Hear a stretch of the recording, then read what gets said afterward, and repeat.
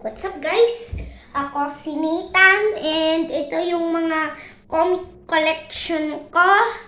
So let's open yung mga comics. First ay yung mga movies. Ito yung issue 1 ng Kailu. Yung anime toons. Kita mo guys, mga viewers ko. Ito yung issue 2.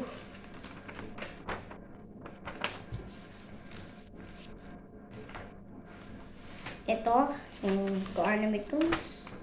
Ito, Go Anime Toons.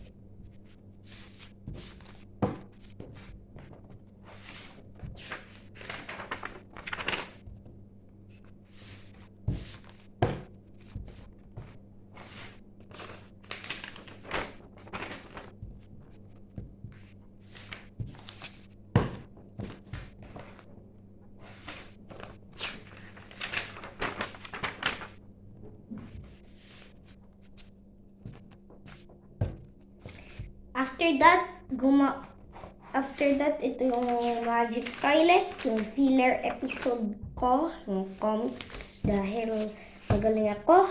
After ng Go Anime Toons, gumawa ako ng series na Beyond Toons.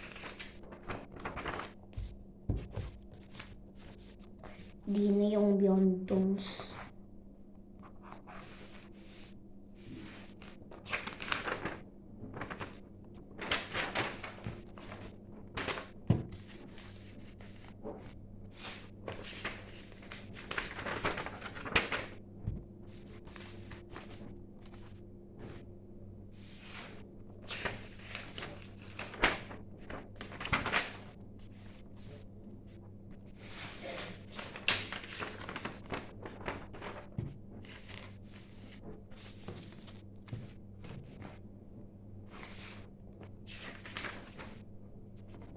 Sorry nang nahulog yung strip ko. Dahil ako ay bata na YouTuber. Dahil gumawa ako ng video na comic collection ko dahil nakita ko yung people na pinocollect ng Raminzi na comic at mini-show sa mga Raminzi fans. Ito yung dahil.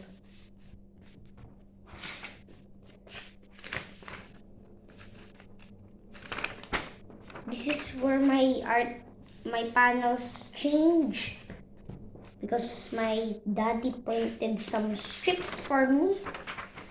Now this is mine, and then ito yung Zoe,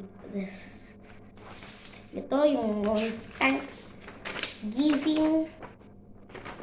Ito. Ayan. Yung mga comics ko.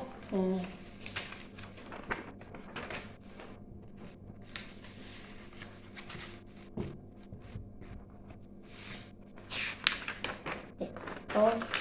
Yung second round ng Kylie versus Rosie. Ito. Yung third round.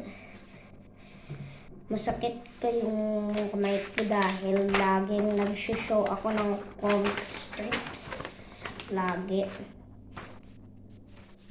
So, ito. Yung Go Anime Toons. After Beyond Toons, I switched to Go Toons because Beyond Toons just already ended. Ito, Beyond Toons. Ito yung Kylo. Ito yung Kylo gets arrested. Remember ko yung when I forgot that I thought yung 25-25 trailer ay yung Go Anime Toons, but when I saw the trailer start, it said Go Toons. So that's how I created the Go Toons series. Yeah. Ito yung mga comics ko, yung si Boris. Ito. At ito si yung Roasting Challenge. Roasting. Yosis roasting each other. Ito yung mga roasting. Ito lip. Ito roasting. Parang flip-top. Yung flip-top. At ito ay yung school fight. Yung nag-away si Farah at Ethan. After that, yung Home Alone and Any Minute Now. After yung chapter, nakakala ko yung Home Alone and Any Minute Now ay yung end ng Go Anime Toons. But this is the latest Go Anime Toons episode. Day of Kissing Farah. Ito yung prank. After Beyond Toons, I started writing comics. Go Toons, this is issue 1. Let's put it over here. Just like what I said. Ito yung grave, yung patay, because patay na yung Go Animator na ginawa ng Go Animate videos. It's a legacy video maker. Ito yung how to teach a water gun. The real series said it's how to use a gun. But then I saw that kids don't use real guns. And it's too violent for the kids to use guns. So that's why I switched to water gun. Ito yung si Karen, yung evil entitled Karen.